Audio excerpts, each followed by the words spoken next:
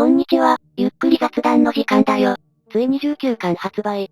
本当に待っていたぜ。これでようやくデコースやヨーンの話に触れられる。これまでは限定動画だけで話していたものね。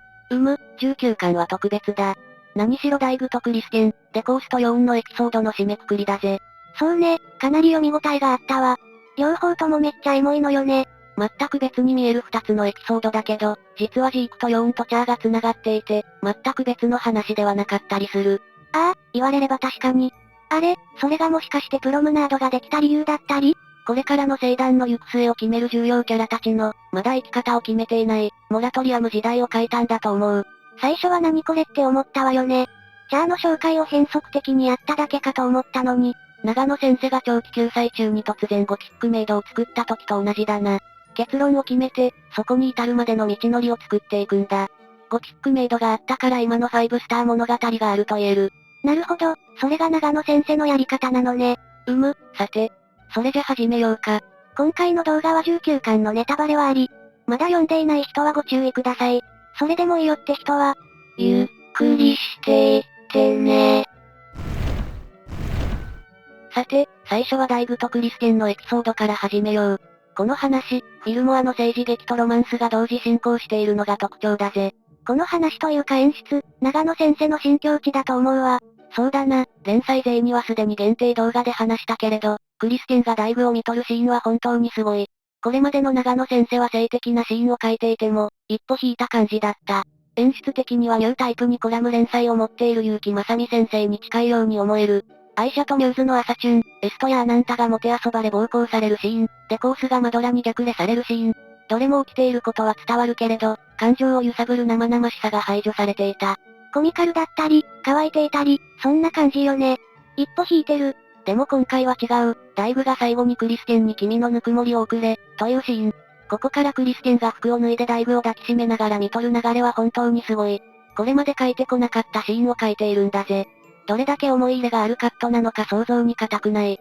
この叙情的かつ生々しく美しいシーンには本当に複雑な感情が込められている。主にイメージカットと詩によって圧縮された情緒を描いていた長野先生の新境地だ。ダイグとクリスケンの花壇には絶対に花が咲くことはない。二人の立場がそれを許さない。でもダイグは確実にクリスケンを抱きたかったはずだし、その逆も当然。そのダイグが体の感覚が失われてどんどん体温が下がっていく中で、フィルモアの今後を託した後、ついに控えめに本音を吐露するんだ。それにクリスケンも答える、この品の良さ、すごいよ。少女漫画より少女漫画らしい、純化された情緒が書かれている。そして時間が流れてモニタリングしていたダイグの心拍が停止したことがわかり、みんな悲しみに暮れるけど二人をもう少しそのままにしておいてあげる。クリスケンがエナに眠られました。って涙ながらに告げるシーンもいい。愛する人を見とるシーンを本当に丁寧に描いている。これは家族や親戚を見とったことのある人なら類線を刺激されるんじゃないかな。これまでキャラにべったりせず、距離をとっていた長野先生だけど、今回ばかりは違うのよね。それな、40年も続いてきた作品と思えないほどみずみずしい。大抵は省エネな自己模倣に陥ってしまうので新境地を開拓できる人は少ないぜ。ダイグとクリスケンの悲恋の物語はここで一旦幕を閉じた。二人だけの花壇に花が咲くことはなかったが、フィルモアという巨大国家を申請させるプロセスの礎となったんだ。個体の存続を超えた価値に奉仕したのね。そう、アマテラスが興味を抱く類の人の感情。そして、それと対照的なのが今回ひっくり返された元老院だ。アドーやアルク、アネッサが代表する元老たち権力亡者の族っぽさが、ダイグとクリスケンの関係をより鮮烈にしていると言える。彼らは彼らでフィルモアの未来を憂いていたのかしら？どう思う？心の片隅にあった程度じゃないかな。その違いを見分けるのは簡単だぜ。どこを見たらいいの？簡単だぜ。彼らが本当に損をしているか否か。それだけで十分。大義名分や理由付けをするのは誰だってできる。ああ、確かにそうね。自分たちがより権力を持ち、好き勝手できるようにしたかったのよね。フィルモアの権力システムをハックして。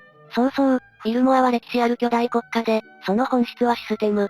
だから皇帝が突然死んでしまっても帝国が揺らぐことはない。だからルールに従う、法に従うということで国家がまとまっている。最高権力者である皇帝はシンボルのようなもので、命令すればみんなが従うとは限らないんだ。デザインズによると、フィルモアの最高意思決定機関である元老院のシステムは株式会社と似ている。皇帝が10%の議決権を持ち、ドナウ家、バルバロッサ家、レーダー家の3王家と協力すると過半数が取れるとのこと。つまり3王家はそれぞれ15% 程度の議決権を持っていると思われる。だから王家から出てきた皇帝は最大で 25% の議決権があるのだろう。ちなみに19巻後書きでは票数で解説されていたが、詳細は不明だな。この過程のもと、残りに王家が反対したら 30% だから単独で意思を通せない。これがフィルモアで独裁できないルールの縛りだ。これを破ったのが3王家すべての地を受け、家督を受け継いだジークボーだ。彼が3王家の家督を受け継ぎ皇帝になれば一人で過半数の議決権を握れる。そんな人間が出るのは危険だから、これまでの3王家は血が交わらないようにしていたのよね。そう、だからジークボーは命を狙われていたし、彼を守るために母親であるリリは牽制に挑むほど修羅になっていた。詳しくは個別で動画を作ってあるので、よければご覧ください、だぜ。今回、ジークボーが元老院を制圧できたのは、人望とか血筋とかではない。フィルモアを支える方に則っった正当な手続きの結果だぜ。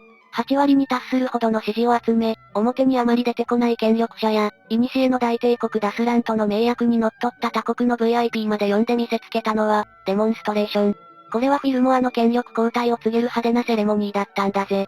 雨が降りしきる中、いかつい装束の騎士たちが隊列をなしてやってくる。これ長野先生の脳内イメージよね。間違いない。それが数十年を経て結実したって感じだな。宮廷ものって権力争いがよく描かれるけど、大抵は暗殺よね。嫉妬とか、好き嫌いの感情が非正規の手段をドライブするエンジンだぜ。俺の方が優秀なのに王様になれないとか、さ。それで偽情報を流して戦場で死なせようとしたり、毒を持ったり、身近な人間を裏切らせたりとか、実はすごく直接的なんだよな。そういう意味では今回みたいに根回しでうまくやるって作品は珍しいんじゃないかしら。そうだな、すごくきっちりと書いたと思うぜ。関係の限りにおいては、だけど、数ある創作物の中でもレアな展開だと言える。少女漫画に多いドロドロ展開はここが弱いんだ。王家の紋章から薬屋の独り言まで、暗殺ばっかり。確かにそうね、どれも露見したらまずいことばっかりだとは思っていたのよ。まあ、ドラマとしてわかりやすいし感情を動かしやすいからだろう。ただ手続きものには、手続きものの面白さがある。例えばカルロゼンさん原作の明日の敵と今日の握手をなんて面白い。組織の枠を守りながら目的を達成する面白さがある。性的に暗殺者を送りつけたりとかしない、今のところは。それ、王宮ものじゃないでしょ。近代の巨大官僚組織じゃない。しかも軍隊。組織を動かす、という点では共通しているから、この動画を見るような方は楽しめると思うぜ。きっとフィルモア王宮の官僚たちもアステキ的な葛藤のもと、業務を行っているに違いない。権力の中枢に衝撃走る、これまでの方針が突然大転換。関係者にどうやって納得してもらう？損失の補填はどうする？とかありそう。そういう泥臭いところが面白いんだよな。さて、漢は9代。クリステンには大具とのロマンスだけでなく、もう一つの役割がある。それは彼女がフィルモアという歴史ある巨大帝国のシンボル的存在になるということ。帝国には善も悪も内包されている。過ちを犯しながらも、正しくあろうとするクリステンこそ、フィルモアのあり方を象徴している。今後のフィルモアのあり方はクリステンのあり方を通して書かれるだろうな。彼女って幼少期から書かれているだけあって、役割が重いわね。しかも今後は未亡人みたいな感じだろうし。多分から見て性が崩壊するまで彼女の出番があるだろうな。とりあえずフィルモアのエピソードについてはここまでにしよう。次はトラフィックスターミナル。カステポを舞台にあちこちへと繋がっていた交通路、その終着駅がここだ。でコースの最後でありヨーンの始まりね。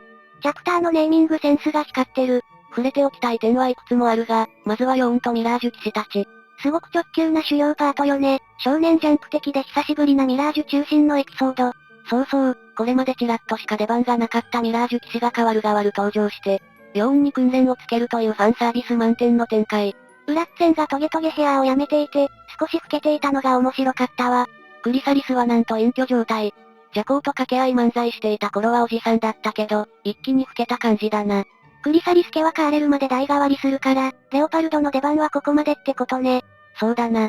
それと、思ったのだけど3巻でレッドミラージュの処女戦を担当したミラージュ騎士って、多分モーターヘッド戦に関してはミラージュ騎士の中でもトップクラスだったと思うのだよな。今は団員が増えて序列も変わっているけど、それは多分そうじゃない？だって超重要機密だもの。だからウラッツェンが GTM 戦を指導していたんだろうなって思った。逆に個人戦が強いのがブラフォードやカーリーなんだろうな、きっと。さらっとブレイクダウン大フォーンを使ってたし、きっとそうね。ところで、ヨーンはミラージュ騎士との訓練で初戦全敗してるよな。どうしてかわかるか？ミラージュがヨーンの情報を持ってて、みんな手の内を知ってたからでしょ？そうだけど、それよりも大事な要素がある。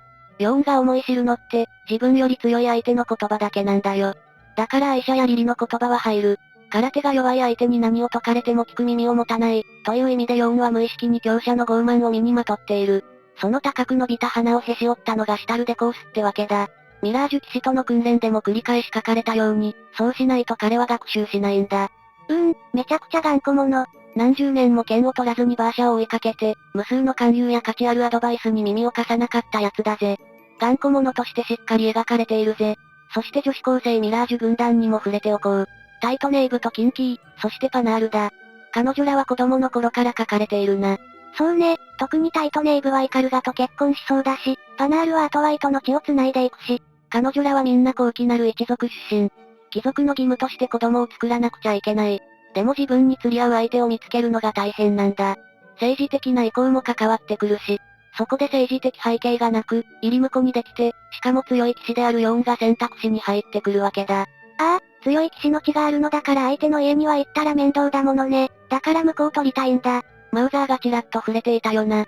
ところが、なんとアマテラスからヨーンに手を出してはいけないときつくお達しが出ている。これ、なんでだと思う？わかるわ。だってチャーがヨーンのことを好きだからでしょ。アイシャが子供を作らないということはチャーが子供を作るしかない。その相手はヨーンというわけだ。これはチャーの気持ちを尊重するというだけでなく、高ダンテ家の存続による王朝の安定を図っていると思われるぜ。アマテラスの政治的決定は常に正しいのだものね。単にチャーをひいきしているだけじゃないんだわ。名誉世のクラーケンベイルとの激突を回避できるほどすごい、女性としてのカリスマがあるのが、高ダンテ家の血だぜ。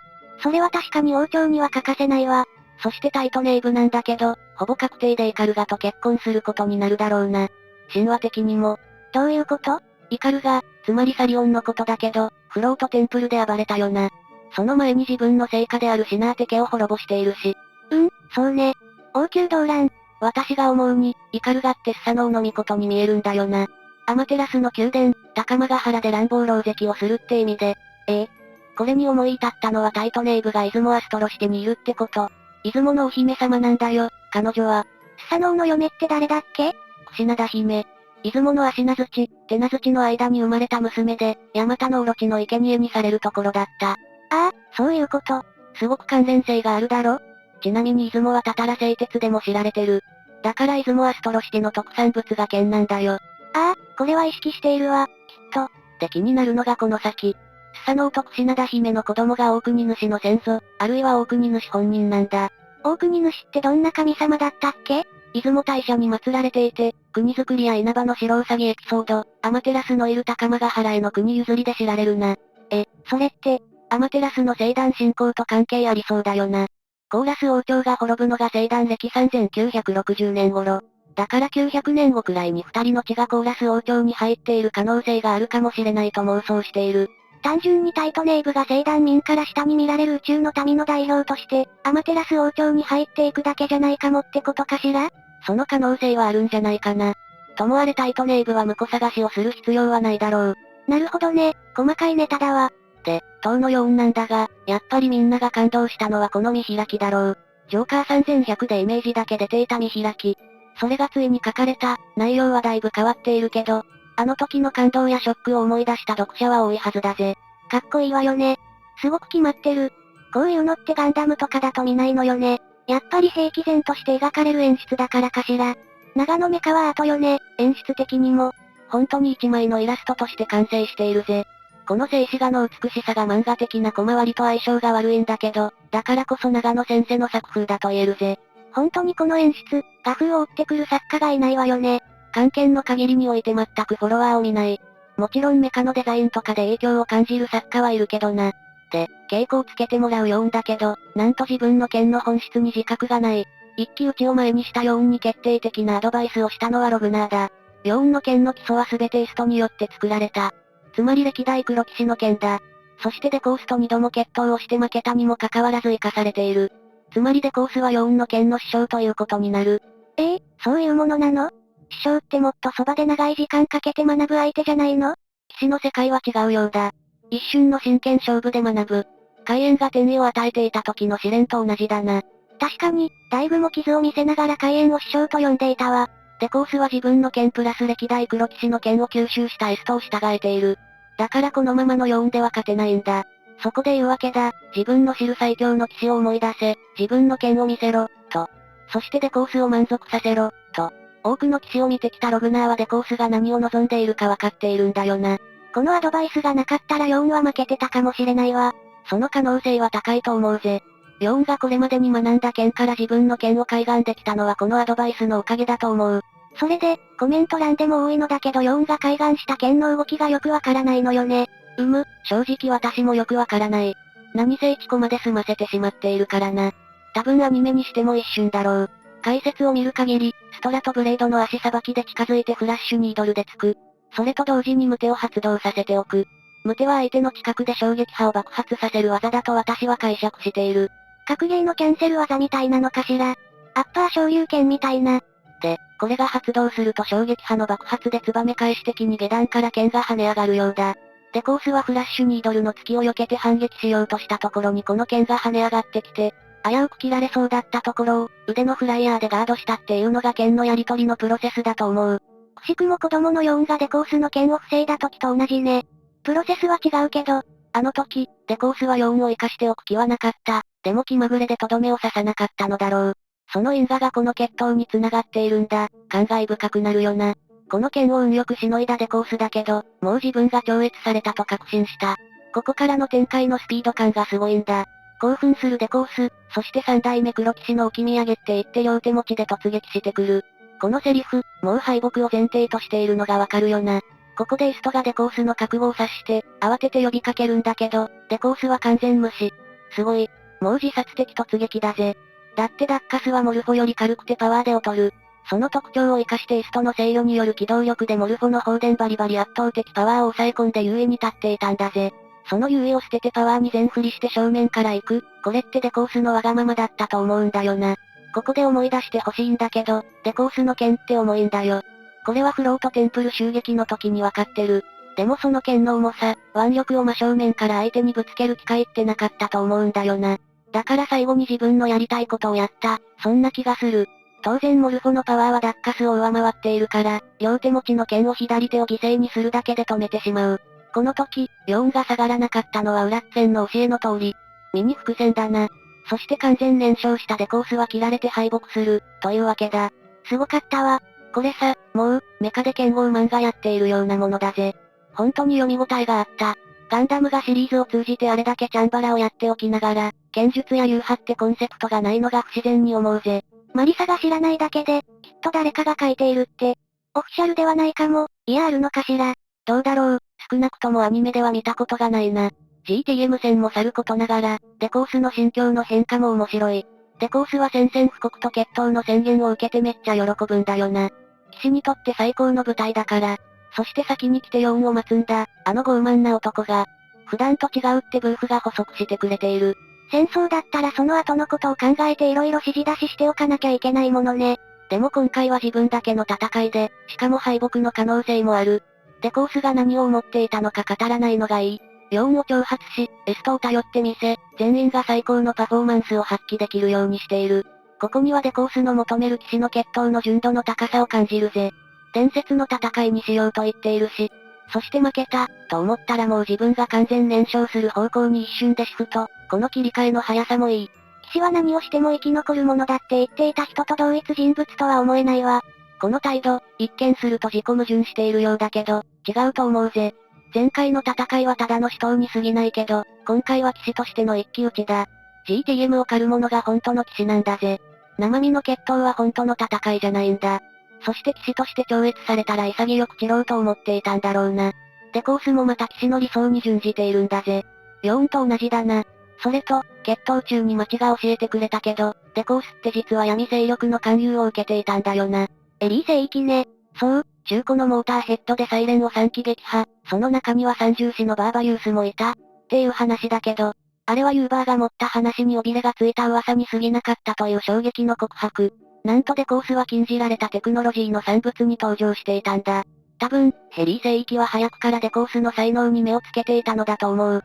で、闇の技術を盛り込んだ GTM と融合人形を与えてサイレンと戦わせた。でもデコースは GTM と人形を手に入れてすぐに騎士になれるとしても、裏社会で生きようという気はなかったんだろう。だからヘリー聖域の誘いを断ってユーバーのところに行ったのだと思うし、尾ひれがついた噂を修正できなかったのだろう。もしデコースが強さとか生き残ることだけを求めていたのだったら、地下に潜ってロストテクノロジーの騎士になってたと思う。その方が多分危険な騎士になっていたはず。どうしてそうしなかったのかしら。フール・フォー・ザ・シティのサクセサーを思い出すといいぜ。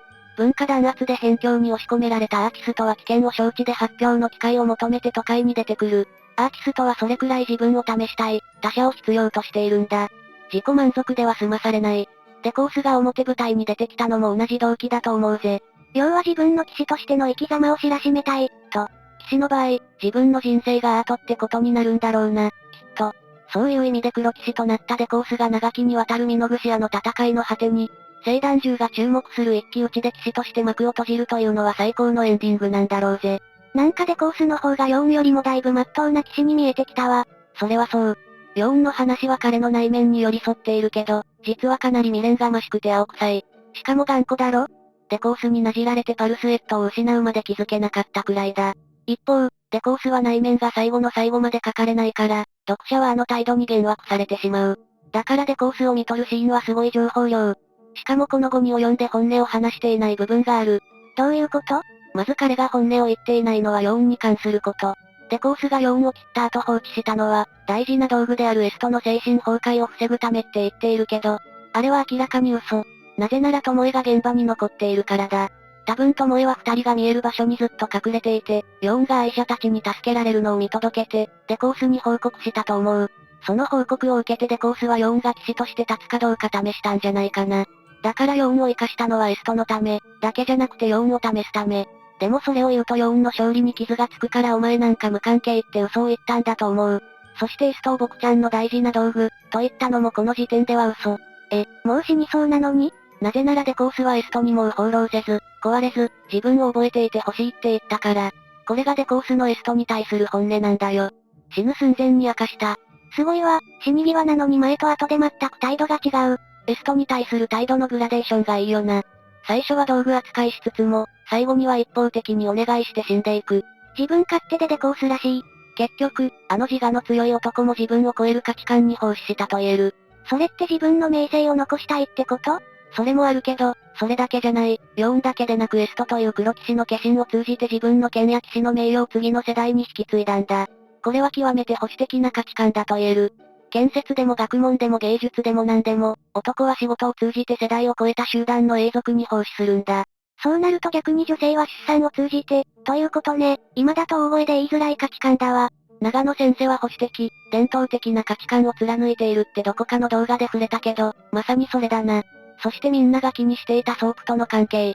アマテラスがソープとして死に際のデコースと再会したのがいい。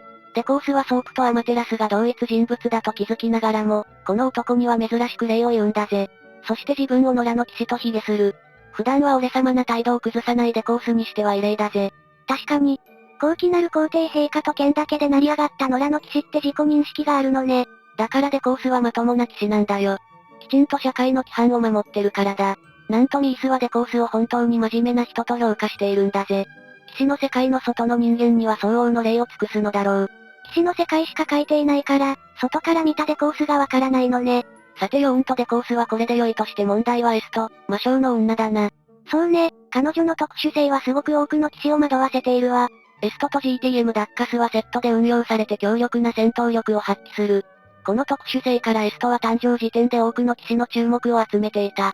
彼女の主になろうと多くの騎士が決闘を繰り返し血の海に。ダッカスの方の生みの親であるルミラン・クロスビンは辛労で死亡してしまう。騎士から見たら美味しい案件よね。エストに認められれば GTM までついてくるんだから。しかも強いし、それもあるんだろうな、きっと。エストは自分が原因で血が流れるのを嫌い、モラードにシークモードを追加してもらい、別人格バーシャとして荒野に出て自分で主を探すことに。これがいかにハイリスクなことなのかは、想像に難くない。そしてついにエストはツーリーパイドルを初めての主とする。初代黒騎士だ。しかしパイドルはクバルカンの騎士、アルテンサヤステとシズ、破裂の人形のコンビに敗北。主を失ってしまう。そして、語られていないがおそらく再びバーシャとしてカステポーで主を探したのだろう。そしていたのが2代目のロードスドラグーン。ここから先は省略するが、とにかく主を探してさまようバーシャは、カステポーの噂になるほど有名で不吉なファティマであることは間違いない。バーシャと関わって大成した騎士はいないようだし、それどころか彼女に関わると死んでしまうぐらいに思われているんじゃないかな。どうして？バーシャという壊れファティマに決定的な危害を与えようとするとドラゴンに殺されてしまうから。設定変更でセントリーになったけど、状況は変わらないだろう。だからひどい目に遭いながらも、壊れファティマとして放浪できたのね。多分な。だからバーシャになってもエストの周りにはたくさんの血が流れただろう。ああ、これってエストの問題解決になってないわよね。そう、エストは自分を求めて争う騎士の血を減らしたかった。でもそれはみんなが取り合いしている名前を封じて一人放浪しても叶わなかった。なんだか美女があちこちから言い寄られて、どこに行っても心が休まらないみたいな話に見えるわ。東村明子さんの漫画主に泣いてますを思い出すぜ。ともあれ、そういう現実を反映している部分は確実にあるだろうな。持って生まれた魅力が周囲の人間を狂わせてしまって、自分が病んでいくって話。で、エストは自分がそういう存在であることに罪悪感を覚えて、せめて自分に関わった騎士、というか人間を覚えていようと飼育モードを自ら壊してせめて物償いにしようとする。デコースはミーストの対談でそんなエストの状況を知った後も、何も知らない風を装って一緒に戦ってきたわけだ。ここでデコースがエストと正対して、お前の状況はわかってる、辛かったな、みたいな安い同情をしないのがいい。自我の強いデコースは他人の生き方を尊重するから。本当に死ぬ寸前になって白状したものね。エストはヨーンとの関係を覚えているのに、白々しく覚えていない風を装っていたよな。この時、デコースはヨーンをなじりつつ、エストのことをこいつ無理してんなって内心を持っていたはず。エストがヨーンに対してそういう態度を取るのは分かってたでしょうに、いじめっ子だわ。別にデコースは人格者じゃないからな。デコースとエストはお互いに口にしない領域を抱えたまま付き合っているパートナーだと言える。でもデコースの方が一枚上手で、エストは騎士としてのデコースの真意をつかみ損ねていたじゃない。ひねくれ具合でデコースの勝ちだと思うわ。そうだな、実はデコースがエストに配慮してたんだ。道具のように使い倒す、パワハラするというイメージとは真逆だな。エストがデコースの真意を見抜いていたらどうなったかしら。自分の主がヨーンを試したがっていて、自分が撃たれる覚悟までしているって察していたら決闘を受けないよう、変な気を回してたかも。いや、むしろ止めても効かないと分かっていたから負けないよう黙って全力を尽くしていたんじゃないかな。だからデコースの決定は変わらないと思うぜ。そしてラスト。エストは自分の主を殺した相手を次の主に選び、心の底から献身的に使いたがってしまう自分の本能に絶望している。プログラムされたファティマとしての本能が人間的な倫理観よりも強いせいだ。この絶望はアトロポスの絶望と同じ。ああ、なぜ自分をただのコンピュータとして作らなかったのかっていう嘆きね。そう、強力な戦闘力の源である高度な情報処理は高度な情動、人間性と切り離せない。でも高度な人間性を持った存在はそもそも戦いを避けるし、自分の主を殺した相手に仕えたり、裏切ったりしない。それを無理やり実現させているのが精神制御というわけだ。それに思い至った時、ファティマは自分の在り方に絶望する。本来はやりたくもない戦争に付き合わされて姉妹で戦うのも同じ。これがアトロポスがファティマの終焉を願った理由だぜ。そしてエストとヨーンの関係の結論についても少し触れよう。これって、つまりはどういうお話だったの？一番の骨組みとしては少年が一人前の男になる話。そこに師匠を超えて剣を継承するとか、幼い頃に抱いていてチューブラリンだった感情を処理するとか、そういう要素まで入っている。王道のビルブングスロマン展開だぜ。ヨーンについてはこれ以上ないくらい全部言語化されているから、正直あんまり語って面白い部分はないかもしれないな。一方でデコースとエストは心に奥行きがあって、口に出したこと全てが真実とは限らないし、言語化していない領域が広いから話していて面白い。ヨーンはエストをどういう風に受け入れたの？一言で言ってしまえば、ヨーンは自分の中にある幻想ではなく、生身の彼女のあり方を認め、そのまま受け入れた。ここに至るまでのヨーンは、あのファティマを見て、エストではなく、自分の中にあるバーシャという幻想を見ていたんだぜ。だから、ファティマエストを見てバーシャと呼んだのね。そうそう。これは大きな過ちだし、エストというファティマにとっては大迷惑だよな。端的にキモいし。でも、エストとバーシャは別人ではないのよね。そう、エストにはバーシャだった頃の記憶がないという設定が、ますます話の本質をややこしく偽装している。でも最後の最後で、それは嘘で、本当は覚えてましたっていうのがこの話の肝だ。だからヨーンは幼い頃の思い、バーシャに対する恋愛感情を吐き出して区切りをつけ、騎士としてファティマエストを使いこなす関係性に着地することができた。エストがバーシャとしてヨーンと接していた記憶があったからこその展開だぜ。別人だったらヨーンはバーシャへの感情を処理できないままだった。確かにそうね。もやっとするわ。そして心理学的には、幼いヨーンにとってバーシャは恋人であり、姉であり、母であり、死であり、世界の全てだっただろう。それが突然奪われたことでショックを受けて、壊れた世界を修復しようとひたすら追い続けてきたのがヨーンの反省。正直、ヨーンがデコースにきついお灸を据えられないままでエストを手に入れたとしたら、きっと彼女を壊していたと思う。精神制御されたファティマに人間的な役割を求めているわよね。そうそう、絶対にヨーンはエストをバーシャと呼んで恋人扱いして、追い詰めて精神崩壊させてた。エストのようなややこしい相手を受け入れるには、デコースみたいに知っていても知らんぷりし続けるくらいの器が必要。だから、ヨーンがエストを受け入れられるほど精神的に成熟することがこのクライマックスのために必要だったと思うぜ。なんか、それも生々しい男女関係を連想する説明ね。例えるならエストは過去のある訳ありの美女、付き合うには相当な覚悟と度量がいるって感じかな。そしてエストがバーシャとしてヨーンの告白を受け取るシーン、表情だけでなくヘッドコンデンサまで変わっている。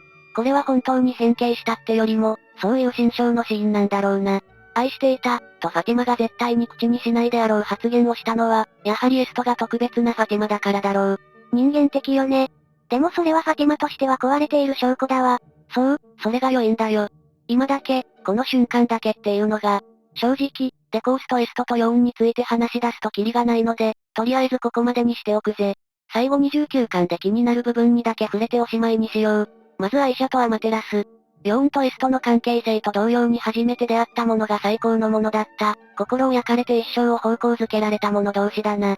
これについても結論が出た。アマテラスはアイシャを最後までそばに置く、ということに。ハッピーエンドよね。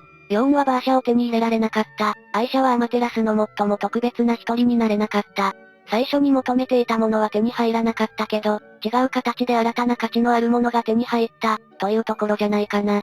だからハッピーエンド率だと 80% くらいな気がする。余白があるんだよな。でも、チャート4はハッピーエンドを予告されているから、多分 100% 幸せなエンディングを迎えると思う。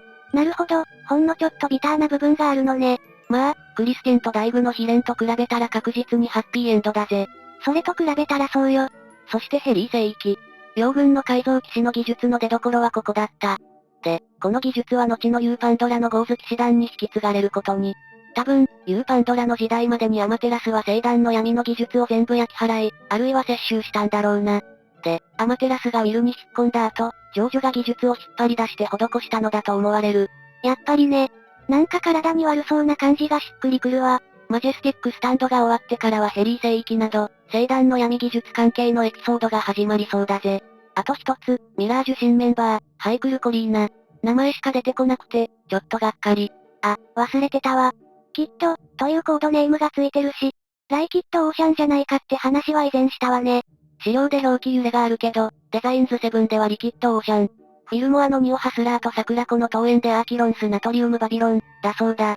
ログナーの治めるバビロン出身なのかしら。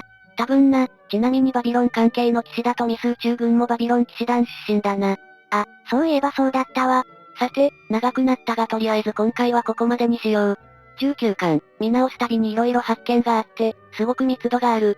連載の方もとある大激突の真っ最中。ゆっくりだけど確実にジョーカー太陽星団の歴史は進んでいるぜ。今後も一緒にジョーカーの歴史を追っていきましょう。ここまでご視聴いただきありがとうございました。良ければチャンネル登録や高評価いただけると幸いです。それじゃ、またねー。